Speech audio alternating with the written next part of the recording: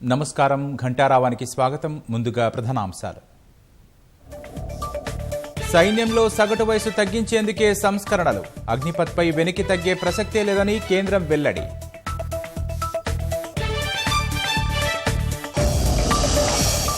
రేపు అగ్నిపథ్ తొలి నోటిఫికేషన్ విడుదల. డిసెంబర్లో తొలి బృందం చేరుతుందని వెల్లడి.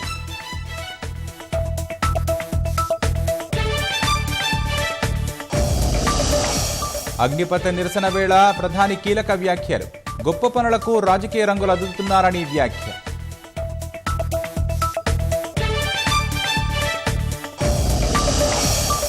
తెలంగాణలో కేంద్ర సంస్థల ఆస్తులు అమ్మొద్దన్న కేటీఆర్. రాష్ట్రం ఇచ్చిన భూముల్లో పరిశ్రమలు ప్రారంభించాలని విజ్ఞప్తి.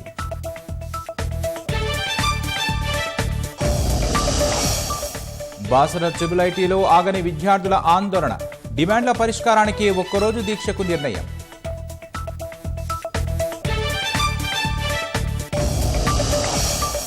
సికింద్రాబాద్ అల్లర్ల కేసులో పోలీసుల అదుపులో 45 మంది.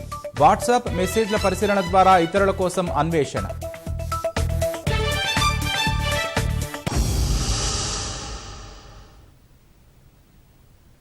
త్రివిధ దళాల్లో అగ్నిపథ్ విషయంలో వెనక్కి తగ్గేది లేదని నియామకాల ప్రక్రియ కొనసాగుతుందని కేంద్రం స్పష్టం చేసింది. తాత్కాలిక నియామక విధానంపై అనేక భయాలతో యువత ఆందోళన చేస్తున్న నేపథ్యంలో వారి అనుమానాలను నివృత్తి చేసింది. ప్రభుత్వ ఆస్తులను ధ్వంసం చేసిన వారిని అగ్నిపథ్లోకి తీసుకోమని తేల్చి చెప్పిన త్రివిధ దళాలు ఆందోళన విరమించాలని యువకులకు సూచించాయి.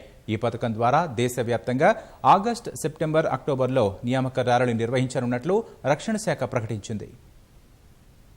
త్రివిధ దళాల సగటు వయసును తగ్గించేందుకే అగ్నిపథ్ పథకాన్ని అమలు చేస్తున్నట్లు రక్షణ శాఖ స్పష్టం చేసింది. అగ్నిపథ్ నియామక ప్రక్రియ కొనసాగుతుందని రక్షణ శాఖ అదనపు కార్యదర్శి లెఫ్టినెంట్ జనరల్ అనిల్ పూరి తేల్చి చెప్పారు. కార్గిల్ రివ్యూ కమిటీ కూడా త్రివిధ దళాల సగటు వయసు తగ్గింపుపై పలు సిఫారసులు చేసినట్లు తెలిపారు. త్రివిధ దళాల్లో తాత్కాలిక నియామకాలపై యువతలో అనేక భయాలు వ్యక్తమవుతోన్న వేళ వారి అనుమానాలను సైనిక అధికారులు నివృత్తి చేశారు. ప్రభుత్వ ఆస్తులను ధ్వంసం చేసేవారిని సైన్యంలోకి తీసుకోబోమని తేల్చి చెప్పారు. ఈ సందర్భంగా త్రివిధ దళాల్లో సైనిక నియామకాలకు సంబంధించిన విస్తృత షెడ్యూల్ను ప్రకటించారు. కొత్త సాంకేతికతను యువత త్వరగా అందిపుచ్చుకుంటుందని, సెల్ఫోన్లు, డ్రోన్లతో అద్భుతాలు చేయగలరని భావిస్తున్నట్లు రక్షణ శాఖ అదనపు కార్యదర్శి లెఫ్టినెంట్ జనరల్ అనిల్ పూరి తెలిపారు. అందుకే సైనిక నియామకాల్లో సంస్కరణలు అమలు చేయాలని నిర్ణయించినట్లు చెప్పారు. యువశక్తిని అనుభవంతో కలపటం ద్వారా కొత్త తరహా యుద్ధాలను సమర్థంగా ఎదుర్కోవచ్చని భావిస్తున్నట్లు చెప్పారు. సైనిక సర్వీసు నిబంధనలకు సంబంధించి అగ్నివీరుల పట్ల ఎలాంటి వివక్ష ఉండదన్నారు. అగ్నివీరుల నియామకం దీర్ఘకాలంగా పెండింగ్లో ఉన్న సంస్కరణ అని లెఫ్టినెంట్ జనరల్ అనిల్ పూరి తెలిపారు. आज का युवक हमारे से अच्छा है, वो एक टेक्नोलॉजी के साथ अडेप्ट है, वो पैदा हुआ है मोबाइल फोन के साथ, उसको पता है मोबाइल फोन का क्या है, और तो वो कल को जो ड्रोन वॉरफेयर हो, जो आप आज देख रहे हैं टीवी के ऊपर, एक टैंक चल रहा है, टैंक को टैंक नहीं लड़ रहा, टैंक को एक ड्रोन लड़ रहा है, तो आगे आने वाली जो लड़ाई है वो अलग किस्म की होगी, टेक्नोलॉजिकली savvy होगी. अगर तो उसके लिए अलग किस्म के लोग चाहिए, और वो कौन सा किस्म है? हमारा यूथ. సైన్యంలో అగ్నిపథ్ నియామకాల కోసం సోమవారం నోటిఫికేషన్ విడుదల చేయనున్నట్లు సైనిక దళాల లెఫ్టినెంట్ జనరల్ పొన్నప్ప చెప్పారు. 40,000 మంది అగ్నివీరుల నియామకం కోసం దేశవ్యాప్తంగా 83 సైనిక ర్యాలీలను నిర్వహించనున్నట్లు తెలిపారు. సైన్యంలో డిసెంబర్ మొదటి 2 వారాల్లో ప్రారంభమయ్యే శిక్షణలో 25,000 మందితో కూడిన అగ్నివీరుల తొలి బృందం చేరుతుందని లెఫ్టినెంట్ జనరల్ పొన్నప్ప తెలిపారు. రెండో బృందానికి వచ్చే ఏడాది ఫిబ్రవరిలో శిక్షణ మొదలవుతుందన్నారు. నౌకాదళంలో అగ్నిపథ్ పథకం ద్వారా యువతీ యువకులను చేర్చుకోనున్నట్లు నౌకాదళం వైస్ అడ్మిరల్ దినేష్ త్రిపాఠి ప్రకటించారు. ఈ నియామకాలకు సంబంధించిన వివరాలను ఈ నెల 25 నాటికి వెల్లడించనున్నట్లు తెలిపారు. అగ్నివీరుల తొలి బృందానికి నవంబర్ 21న శిక్షణ ప్రారంభమవుతుందని వైస్ అడ్మిరల్ త్రిపాఠి పేర్కొన్నారు. వాయుసేనలో అగ్నివీరుల రిజిస్ట్రేషన్ ప్రక్రియ ఈ నెల 24 నుంచి ప్రారంభం కానుందని ఎయిర్ మార్షల్ ఎస్కే ఝా ప్రకటించారు. జులై 24 నుంచి ఆన్లైన్ పరీక్ష జరుగుతుందని తెలిపారు. అగ్నివీరుల తొలి బృందం శిక్షణ డిసెంబర్ 30 నాటికి ప్రారంభమవుతుందని చెప్పారు. అగ్నిపథ్ పథకాన్ని ఉపసంహరించుకునే ప్రసక్తే లేదని రక్షణ శాఖ అదనపు కార్యదర్శి లెఫ్టినెంట్ జనరల్ అనిల్ పూరి తేల్చి చెప్పారు. Coming to rollback of the scheme, no. And why should it be rolled back? It is the only progressive step to make the country young. Why is it being made young? एक ही सिर्फ है देश की रक्षा करने के लिए. मैं आपको एग्जांपल देता हूं. पता है कितनी कैजुअलिटीज आती हैं just for health purposes from high altitude areas. तब आपको पता चलेगा यंग क्यों जरूरी है. అగ్నివీరులు బయటకు వెళ్లిన నెల రోజుల్లోనే వేరే ఉపాధి చూసుకునే అవకాశం ఉంటుందని రక్షణ శాఖ అదనపు కార్యదర్శి లెఫ్టినెంట్ జనరల్ అనిల్ పూరి తెలిపారు. 4 ఏళ్ల తర్వాత డిప్లొమా ధ్రువపత్రం ఇస్తామని, అనేక రంగాల్లో ఉపాధి అవకాశాలు ఉంటాయని చెప్పారు. పదవీ విరమణ తర్వాత పరిశ్రమల్లో పనిచేసేలా చర్యలు తీసుకుంటున్నట్లు తెలిపారు. 4 ఏళ్ల తర్వాత వారికి 12 లక్షల రూపాయలు అందుతాయని తెలిపారు. క్రెడిట్ రేటింగ్స్ బాగుంటే బ్యాంకులు కూడా రుణాలిస్తాయని రక్షణ శాఖ అదనపు కార్యదర్శి అనిల్ పూరి తెలిపారు. దేశంలో మంచి ఉద్దేశంతో చేసే గొప్ప పనులు రాజకీయ రంగ పులుముకోవడం దురదృష్టమని ప్రధాని నరేంద్ర మోదీ ఆవేదన వ్యక్తం చేశారు. ప్రగతి మైదాన సమీకృత రవాణా కారిడార్ ప్రాజెక్టు కింద ఢిల్లీలో కేంద్ర ప్రభుత్వం నిర్మించిన ప్రధాన సొరంగం 5 అండర్ పాస్లను మోదీ ప్రారంభించారు. ప్రాజెక్టు నిర్మాణాలను పరిశీలించిన మోదీ సొరంగం మార్గంలో ప్రయాణించారు. ఈ ప్రాజెక్టు ద్వారా ఢిల్లీ కేంద్రం నుంచి అందమైన మౌలిక సదుపాయాల బహుమతిని పొందిందని ప్రధాని అన్నారు. దేశాన్ని ముందుకు నడిపించడంలో అనేక సమస్యలు ఉత్పన్నమవుతాయన్న మోదీ నూతన భారతం వాటన్నిటికీ పరిష్కారం చూపిస్తుందని అన్నారు. అగ్నిపథ్కు వ్యతిరేకంగా దేశవ్యాప్త ఆందోళనలు, విపక్షాల విమర్శలు కొనసాగుతున్న వేళ ప్రధాని వ్యాఖ్యలు ప్రాధాన్యం సంతరించుకున్నాయి.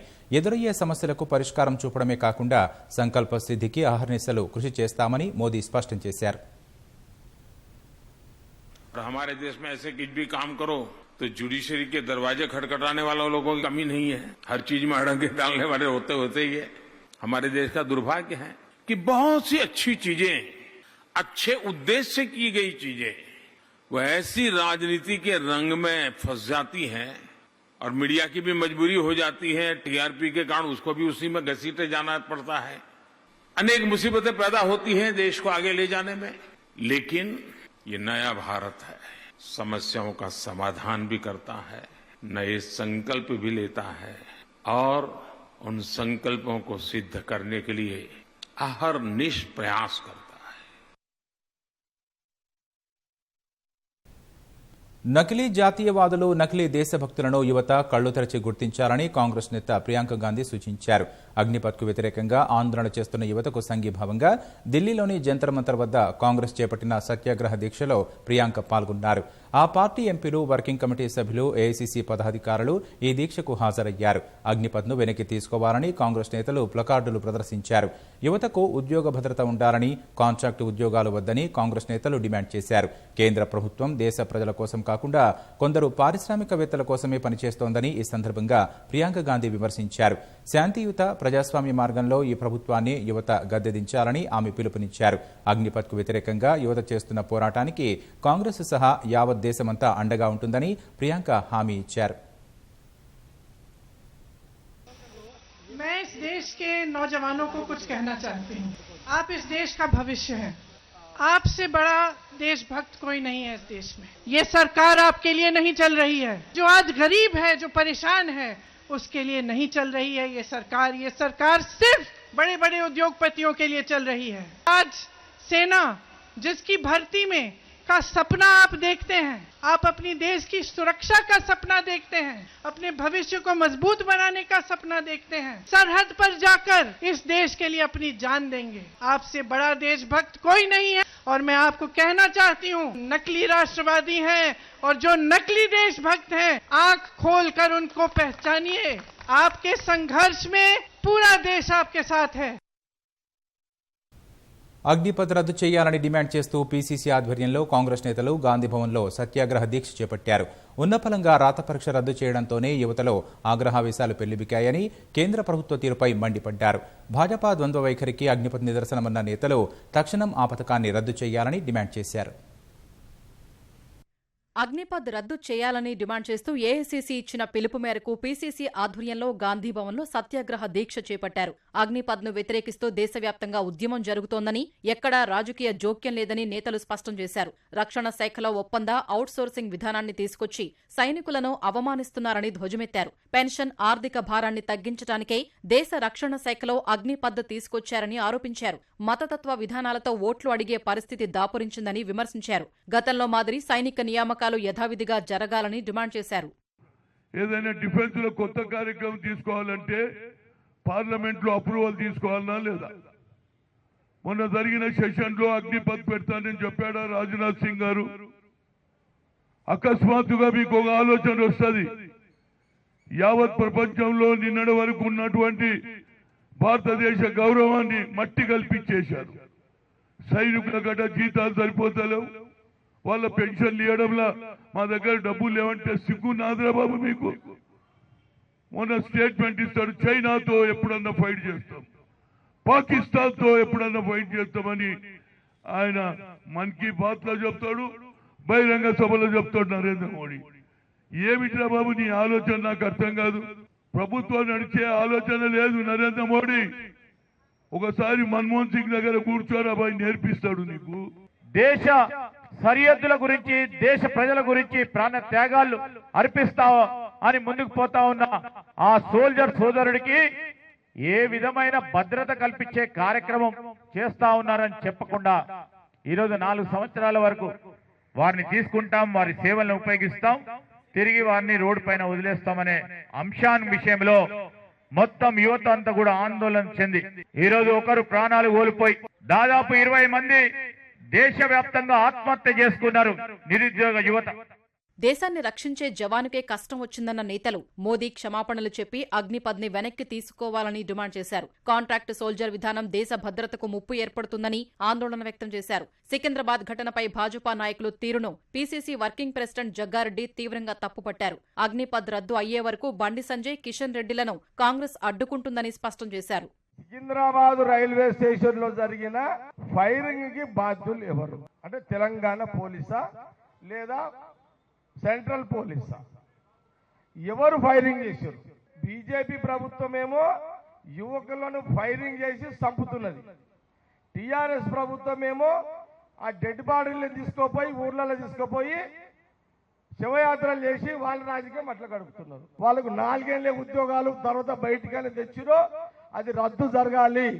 రద్దు జరిగేంత వరకు మా కార్యక్రమము తెలంగాణలో కాంగ్రెస్ పార్టీ బండి సంజయ్ అని, కిషన్ రెడ్డిని మేము ఆడబడితే ఆడ కాంగ్రెస్ పార్టీ గేరావులు చేస్తారు. కేంద్ర ప్రభుత్వం అనాలోచితంగా తీసుకొచ్చిన అగ్నిపథ్పై దేశం మొత్తం వ్యతిరేకత వచ్చిందని, ఈ పరిస్థితుల్లో సేవ్ ఆర్మీ పేరుతో పోరాటం చేయాలని నేతలు పిలుపునిచ్చారు. అగ్నిపథ్ విషయంలో పోరాటం చేస్తున్న యువతకు కాంగ్రెస్ అండగా ఉంటుందని నేతలు స్పష్టం చేశారు. పెద్ద నోట్ల రద్దు, సాగు చట్టాల తరహాలోని అగ్నిపథ్ పథకం మోదీ తీసుకొచ్చిన మరో వైఫల్యంగా కాంగ్రెస్ అభివర్ణించింది. అగ్నిపథ్ను రద్దు చేసి ఏటా 2 కోట్ల ఉద్యోగాలు ఇవ్వాలనే డిమాండ్తో ఢిల్లీ జంతర్ మంతర్ వద్ద కాంగ్రెస్ ఎంపీలు సత్యాగ్రహ దీక్ష చేపట్టారు. కాంట్రాక్టు విధానంతో దేశ భద్రతను ప్రమాదంలో పడేసేలా కేంద్రం ప్రవర్తిస్తోందని కాంగ్రెస్ ఎంపీ ఉత్తమ్ కుమార్ రెడ్డి వ్యాఖ్యానించారు. దేశంలో యువత ఆకాంక్షలను భాజపా సర్కార్ తుంచేస్తోందని కాంగ్రెస్ రాష్ట్ర వ్యవహారాల బాధ్యుడు మాణికం ఠాకూర్ ఆరోపించారు. యువత హింసాత్మక ఘటనలకు పాల్పడకుండా గాంధీ చూపిన శాంతి పథంలో నిరసన తెలిపి కేంద్రం మెడలు వంచాలని సూచించారు. India has its own problems and our problems are different from the American and Singapore and Korean problems. Mr. Modi should understand that India is a unique country. It has its own complications and we have a young population which is jobless. Both BJP and TRS are playing fire and the police of Telangana has misused the power they have it on the youth like Rakesh who had become a martyr now, who wanted to serve the Indian army is now a martyr. And this kind of irresponsible acts of Mr. Modi and Chandrasekhar Rao again shows that thing, that how they treat the youth of Telangana. Youth of the country want to serve the armed forces on a long-term basis, on a regular pensionable service, on a regular 15-year tenure. This contract method of inductment into the armed forces is totally unjust to the youth and is also puts the country's security in danger. Also, it is very, very alarming that the spontaneous eruption of protests across the country by the country's youth shows the alarming situation of unemployment in the country. Narendra Modi's BJP government over 8 years, they had said 8 crore jobs a year. They have not given 2 crore jobs in 8 years. Agnipath ఆందోళనలను వేదికగా చేసుకుని రాష్ట్రంలో హింసను ప్రోత్సహించేలా కొందరు కుట్రలు చేస్తున్నారని మంత్రి కిషన్ రెడ్డి ఆరోపించారు. సికింద్రాబాద్లోని కంటోన్మెంట్లో జరిగిన భాజపా కార్యకర్తల సమావేశంలో మంత్రి పాల్గొన్నారు. సైన్యంలో చేరాలనుకునే వారు ప్రభుత్వ ఆస్తులు ధ్వంసం చేయడం విచారకరమన్నారు. కుట్రలో భాగంగానే ఆర్మీ ఆశావహులను తప్పుదోవ పట్టించారని విమర్శించారు. సైన్యంలో చేరాలనేటువంటి ఆకాంక్ష వాళ్ళందరికీ అది స్వాగతం పలకాల్సింది. వాళ్ళని తప్పట్టడం లేదు, కానీ వాళ్ళను తప్పుదారి పట్టించాలనుకుంటున్నాం. భారత సైన్యాన్ని బలహీనంగా చేయడం కోసం జరుగుతున్నటువంటి కుట్రలో భాగంగా ఈ యొక్క తప్పుడు ప్రచారం చేశారు, తప్పుదారి పట్టించారు. అంతే తప్ప నువ్వు సైన్యంలో చేరుతాను, భారత మాతకు సేవ చేస్తానని చెప్తూ మరొక దిక్కు వైలెన్స్లో పాల్గొనడం న్యాయం కాదు. కానీ మన దేశంలో స్వచ్ఛందంగా ఎవరైనా సరే సైన్యంలో చేరి దేశం కోసం సేవ చేయాలనుకుంటున్నాను అనేది ఎవరైతే భావిస్తారో వాళ్లకు మాత్రమే అగ్నిపథ్ అనేటువంటి పథకం కింద అగ్నివీరులను మన భారత సైన్యంలో చేర్చాలనుకున్నాం. బాసర ట్రిపుల్ ఐటీ విద్యార్థులు నిరసనలు మరింత ఉధృతం చేశారు. ఇవాళ రాత్రంతా నిరసన కొనసాగించాలని నిర్ణయించారు. ఇందుకు సంబంధించిన మరింత సమాచారాన్ని మా ప్రతినిధి మణికేశ్వర్ ప్రత్యక్ష ప్రసారం ద్వారా అందిస్తారు. విద్యార్థుల ఆందోళన వినూత్న రీతిలో కొనసాగుతుంది. గడిచిన 5 రోజులకు భిన్నంగా ఈరోజు 6వ రోజు రాత్రిపూట కూడా విద్యార్థులు ఆందోళన చేస్తున్నారు. ప్రధానంగా ప్రభుత్వం నుంచి స్పష్టమైన రాతపూర్వకంగా హామీ వచ్చేంత వరకు ఆందోళన విరమించేది లేదని చెప్పి స్పష్టంగా విద్యార్థి గవర్నింగ్ కౌన్సిలింగ్ నిర్ణయించింది. దానికి అనుగుణంగానే బారికేట్ల అవతల అంటే ప్రధాన ద్వారం అవతల విద్యార్థుల ఆందోళన కొనసాగుతుంది. ఈ ఆందోళనలో వినూత్నంగా అంటే ఈసారి మొత్తం దాదాపు 6 నుంచి 7,000 మంది విద్యార్థులు యోగా నిర్వహించారు. యోగా తర్వాత ఇప్పుడు ఆ సాంస్కృతిక కార్యక్రమాల ద్వారా ఆందోళన కొనసాగిస్తున్నారు. నిన్న మంత్రి ఇంద్రకరణ్ రెడ్డి విద్యార్థులతో చర్చలు జరిపారు. ఆ చర్చల సందర్భంగా ప్రభుత్వం సానుకూలంగా ఉందని చెప్పి మాట ఇచ్చారు. ఆ మాటలో భాగంగా గంట వ్యవధిలో విద్యాశాఖ మంత్రి సబితా ఇంద్రారెడ్డి నుంచి మీకు స్పష్టమైన హామీ వస్తుందని చెప్పి వెళ్ళారు. దానికి అప్పటికి నిన్న విద్యార్థులు అంగీకరించారు. కానీ నిన్న దాదాపు సాయంత్రం 4:30 తర్వాత ఆ మంత్రి ఇంద్రకరెడ్డి వెళ్ళిన తర్వాత ఇప్పటి వరకు ఎలాంటి హామీ రాలేదు, కనీసం ఫోన్ కూడా రాలేదు. దానికి అనుగుణంగానే విద్యార్థులు ఆందోళన చేస్తున్నారు. నిన్న ఒక స్పష్టమైన హామీ రాకపోగా విద్యార్థులతో జరిపిన చర్చలు సఫలమైనని చెప్పి ప్రభుత్వం ద్వారా ప్రకటించడము, కానీ దానికి భిన్నంగా హామీ రాలేదు, ఫోన్ రాలేదు. అంటే విద్యార్థులని కావాలని తప్పుతో పట్టించే ప్రయత్నం జరిగిందని ఆవేదన ఆందోళన విద్యార్థుల్లో వ్యక్తమవుతుంది. దానికి అనుగుణంగానే ఈ ప్రతిరోజు ఉదయం నుంచి మధ్యాహ్నం నుంచి రాత్రి 8 గంటల వరకు ఆందోళన కొనసాగించడం 5 రోజులుగా కొనసాగింది. కానీ ఈ రోజు మాత్రం నిన్నటి పరిణామాన్ని దృష్టిలో ఉంచుకొని రాత్రిపూట కూడా ఆందోళన కొనసాగించాలని చెప్పి విద్యార్థులు నిర్ణయించారు.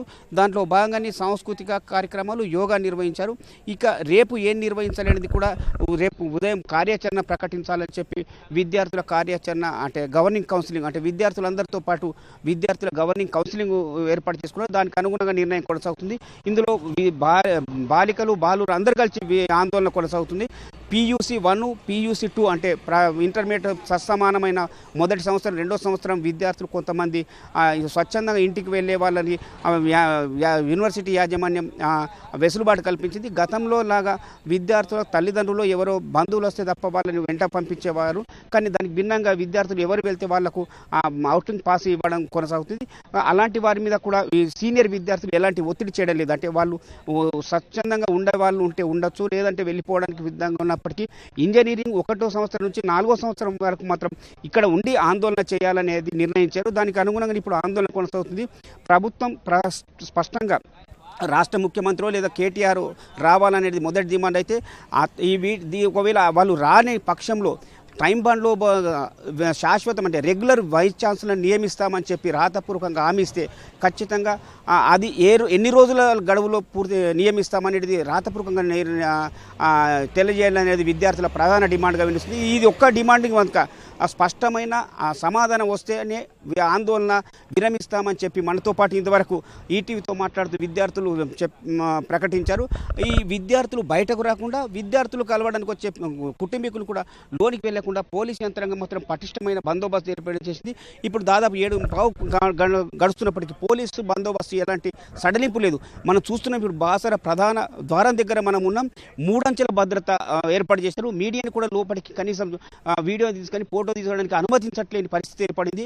ఉదయం నుంచి మధ్యాహ్నం నుంచి రాత్రి వరకు కూడా పోలీసు యంత్రాంగం పటిష్టమైన భద్రత ఏర్పాటు చేసింది. అట్లాగే ఈ విద్యార్థులకు సంఘీభావం చెప్పడానికి ఎవరెవరు ఎక్కడి నుంచి వస్తారనేపై కూడా నిఘా వర్గాల ద్వారా పోలీసు యంత్రాంగం ఆరా తీస్తుంది. దానికి అనుగుణంగా బాసర ఈ మార్గంలో అటు బాసర నిజామాబాద్ వైపు నుంచి వచ్చే బాసర వైపు వద్ద అయితేనేమి, ఇటు ఆదిలాబాద్ నిర్మల్ వైపు నుంచి వచ్చే మార్గంలో బిద్రెల్లి వద్దనేమి కానీ భద్రత కట్టుదిశ వేపారు.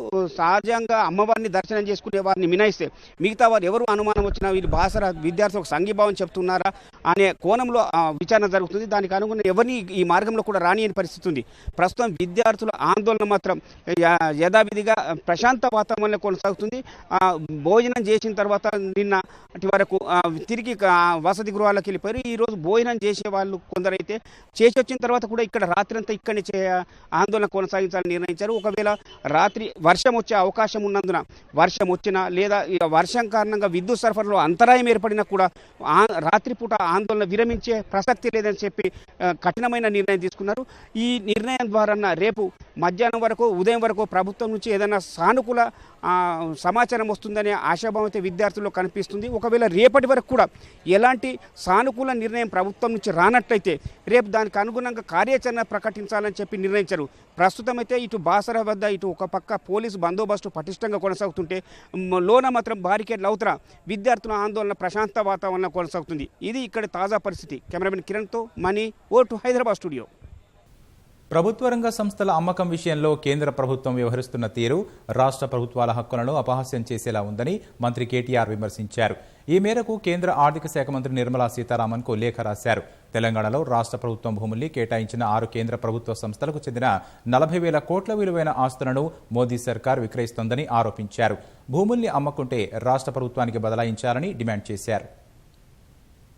ప్రభుత్వ రంగ సంస్థల విక్రయంపై కేంద్రం వైఖరిని మంత్రి కేటీఆర్ మరోసారి తప్పుబట్టారు. తెలంగాణకు న్యాయంగా దక్కాల్సిన ఎన్నో హామీల అమలును పట్టించుకోని మోదీ సర్కార్ పెట్టుబడుల ఉపసంహరణ పేరుతో రాష్ట్రంలోని కేంద్ర సంస్థల ఆస్తుల్ని అమ్మే ప్రయత్నం చేస్తోందని విమర్శించారు. ఈ మేరకు కేంద్ర ఆర్థిక మంత్రి నిర్మలా సీతారామన్ కు లేఖ రాశారు. Hindustan Cables Limited, Hindustan Fluorocarbons Limited, Indian Drugs and Pharmaceuticals Limited, HMT, Cement Corporation of India Limited, Ordnance ఫ్యాక్టరీని ప్రభుత్వం పెట్టుబడుల ఉపసంహరణ ప్రణాళికల్లో భాగంగా అమ్ముతున్నారని ఆరోపించారు. ఈ 6 సంస్థలకు గతంలో రాష్ట్ర ప్రభుత్వం సుమారు 7,200 ఎకరాల భూమి కేటాయించినట్లు తెలిపారు. దీని విలువ ప్రభుత్వ ధరల ప్రకారం 5,000 కోట్ల రూపాయలకు పైగా, బహిరంగ మార్కెట్లో 40,000 కోట్లు ఉంటుందని పేర్కొన్నారు. రాష్ట్రం కేటాయించిన భూముల్లో కొత్త పరిశ్రమలు, సంస్థల్ని ప్రారంభించాలని, లేదంటే వాటిని రాష్ట్ర ప్రభుత్వానికి బదలాయించాలని కోరారు. తెలంగాణ సర్వతోముఖాభివృద్ధికి దోహదపడేలా ఆయా స్థలాల్ని సద్వినియోగం చేయాలని లేఖలో పేర్కొన్నారు.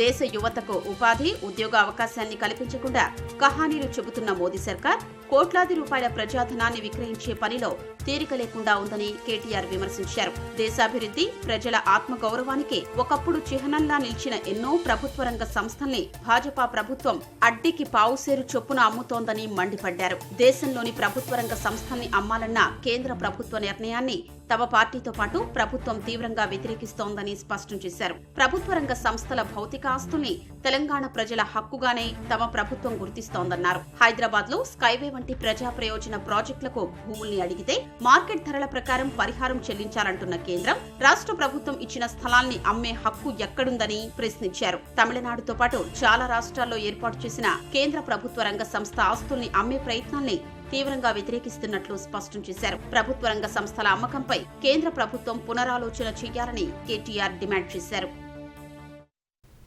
అగ్నిపథ్ను వ్యతిరేకిస్తూ సాగిన ఆందోళనలలో సికింద్రాబాద్ రైల్వే స్టేషన్లో హింసకు పాల్పడిన 45 మందిని రైల్వే పోలీసులు అదుపులోకి తీసుకున్నారు. వీరిని మేజిస్ట్రేట్ ఎదుట హాజరుపరిచి రిమాండ్కు తరలించారు. పరారీలో ఉన్న మరో 11 మందిని పట్టుకునేందుకు రైల్వే పోలీసు బృందాలు గాలింపు చర్యలను ముమ్మరం చేశాయి. హింసకు పాల్పడిన మరికొందరిని గుర్తించే పనిలో పోలీసులు నిమగ్నమయ్యారు. విద్యార్థుల వాట్సాప్ సందేశాలు, రికార్డింగ్ల ఆధారంగా అన్ని కోణాల్లో దర్యాప్తు కొనసాగిస్తున్నారు. మరోవైపు సికింద్రాబాద్ రైల్వే స్టేషన్ను రాష్ట్ర మానవ హక్కుల సంఘం ప్రతినిధులు సందర్శించారు. విద్యార్థులపై కేసులు ఎత్తివేయాలని రైల్వే పోలీసులను మానవ హక్కుల సంఘం ప్రతినిధులు కోరారు. రాష్ట్ర హైకోర్టు ప్రధాన న్యాయమూర్తిగా జస్టిస్ ఉజ్జల భుయాన్ నియమితులయ్యారు. జస్టిస్ ఉజ్జల భుయాన్ ప్రస్తుతం రాష్ట్ర హైకోర్టులో సీనియర్ న్యాయమూర్తిగా ఉన్నారు.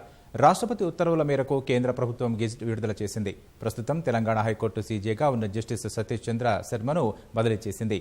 ఆయన స్థానంలో జస్టిస్ ఉజ్జల భుయాన్కు పదోన్నతి కల్పించింది.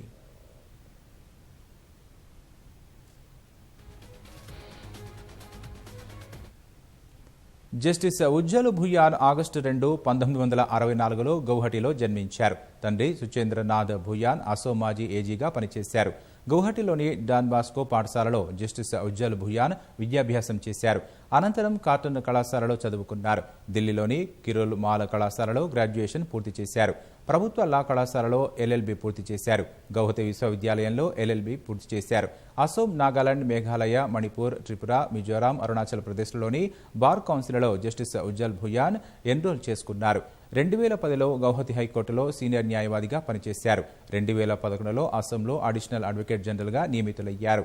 2011లో గౌహతి హైకోర్టులో అడిషనల్ న్యాయమూర్తిగా నియమితులై 2013 వరకు పనిచేశారు. మిజోరాం రాష్ట్ర లీగల్ సర్వీస్ అథారిటీ ఎగ్జిక్యూటివ్ చైర్మన్గా కూడా జస్టిస్ ఉజ్జల్ భుయాన్ పనిచేశారు. 2019లో ముంబై హైకోర్టు న్యాయమూర్తిగా ప్రమాణ స్వీకారం చేశారు. 2 ఏళ్ల తర్వాత తెలంగాణ హైకోర్టు న్యాయమూర్తిగా జస్టిస్ ఉజ్జల్ భుయాన్ నియమితులయ్యారు. తెలంగాణ రాష్ట్ర లీగల్ సర్వీసెస్ అథారిటీ ఎగ్జిక్యూటివ్ చైర్మన్గా చేశారు. వైఎస్ఆర్ తెలంగాణ పార్టీ అధ్యక్షురాలు షర్మిల రాష్ట్రంలో వచ్చే ఎన్నికల్లో పోటీ చేయబోయే నియోజకవర్గంపై స్పష్టతనిచ్చారు. ఖమ్మం జిల్లా పాలేరు నుంచే ఎమ్మెల్యేగా బరిలోకి దిగుతారని షర్మిల ప్రకటించారు. వైతేపా జైత్యయాత్ర జెండా పాలేరు నుంచే ఎగరాలని ఆమె ఆకాంక్షించారు.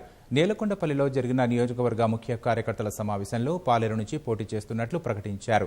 వైఎస్ఆర్ అంటే ఎక్కువగా అభిమానించే వారంతా పాలేరులోనే ఉన్నారని, అందుకే పోటీకి దిగుతున్నట్లు వెల్లడించారు. రాజశేఖర్ రెడ్డి బిడ్డ పాలేరు నుంచి పోటీ చేయాలి అన్నది మీ కోరిక మాత్రమే కాదు, నా కోరిక కూడా. తిరిగి తీసుకొచ్చే యుద్ధం ఈ పాలేరులోనే మొదలు.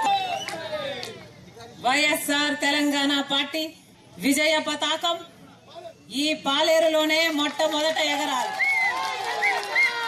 రాజశేఖర్ రెడ్డి గారి బిడ్డ తెలంగాణ రాష్ట్రంలోనే అత్యధికమైన మెజారిటీ కోసం, చరిత్రలోనే కని విని ఎరుగని మెజారిటీ కోసం మీరు నేను పని చేయాలి. చేద్దామా? వైఎస్ఆర్ అభిమానులందరినీ ఒక తాటి మీదికి తేవాలి.